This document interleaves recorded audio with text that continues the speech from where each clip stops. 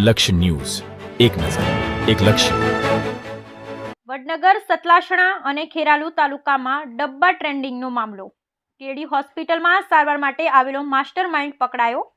ડબ્બા ટ્રેન્ડિંગના master mind સેધાજી ઉર્ફે પ્રકાશજી ઠાકોર નામનો શખ્સ પકડાયો. ડબ્બા ટ્રેન્ડિંગના 6 થી વધુ ગુનામાં સંડોવાયેલો ડબ્બા ટ્રેન્ડિંગના 4 ગુનામાં વોન્ટેડ હતો શખ્સ. સારવાર માટે કેડી હોસ્પિટલ ખાતે આવતા ઝડપી લેવાયો. મહેસાણા એલસીબીએ આરોપીને ઝડપી લેવાયો.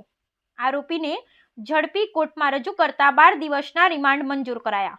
હાલમાં ગઈ તારીખ 5/8/24ના વડનગર પોસ્ટેમાં ડબ્બા ટ્રેડિંગનો ગુનો દાખલ થયેલો શેરબજારના નામે.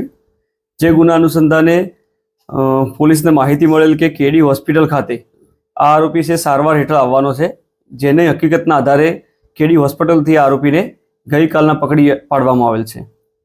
અને આ આરોપી વિરુદ્ધમાં અગાઉ લૂંટ, ઘરફોડ તથા ડબ્બા ટ્રેડિંગ જે શેરબજારના નામે લોકો સાથે છેતરપિંડી કરતા અલગ અલગ 4 થી 5 ગુના દાખલ થયેલ છે. તે સિવાય પણ અલગ અલગ જાણવાજોગ તથા ગુનાઓની તપાસ ચાલુમાં છે. તેમાં પણ આ આરોપીનું ઇન્વોલ્વમેન્ટ છે કે નહીં તે દિશામાં પણ તપાસ ચાલુ છે. સાહેબ, ડબ્બા ટ્રેડિંગમાં કઈ રીતે લોકો સાથે છેતરપિંડી કરતા કેવી રીતે સામે આવ્યું છે અને કેવી રીતે પોલીસના હાથે ચડી ગયો? ડબ્બા ટ્રેડિંગમાં મહેસાણા જિલ્લામાં જે વડનગર, વિસનગર તાલુકા, ખેરાલુ, સતલાસણા જે વિસ્તારમાં શેરબજારના નામે છેતરપિંડી કરતી જે ગેંગ છે ખૂબ જ સક્રિય છે. જે લોકો શરૂઆતમાં કોઈ પણ પબ્લિક સાથે અલગ અલગ રાજ્યમાં તથા ગુજરાત રાજ્યમાં પણ લોકો સાથે શેરબજારમાં નફો મેળવવા માટે રેન્ડમ નંબર મેળવી તેઓ સાથે વાતચીત કરે છે. ત્યારબાદ તેઓને એવી સમજાવે છે કે આમાં અમે આ ટાઈપનો પ્રોફિટ તમને કરાવી આપીશું, પરંતુ ખરેખર કોઈ પણ જાતના શેરબજારમાં તેઓ રોકાણ કરાવતા નથી.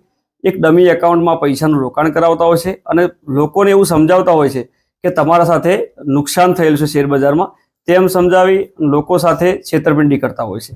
તો આવા અલગ અલગ 14 થી 15 આ વર્ષમાં પણ ગુના દાખલ થયેલા છે મહેસાણા જિલ્લામાં. મુખ્ય માસ્ટરમાઇન્ડ પકડાયો છે?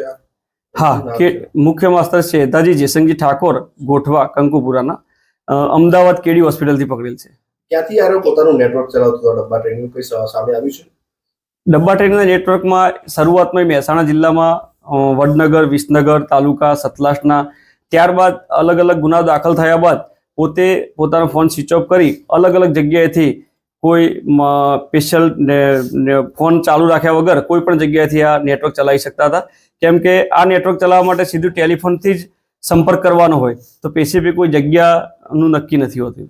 સાહેબ, કોર્ટમાં રજૂ કરે કેટલા દિવસના રિમાન્ડ મંજૂર થયા છે? આજે કોર્ટમાં એને રજૂ કરેલ છે, 14 દિવસના રિમાન્ડ માંગેલ, તેમાંથી 12 દિવસના રિમાન્ડ મંજૂર થયેલ છે.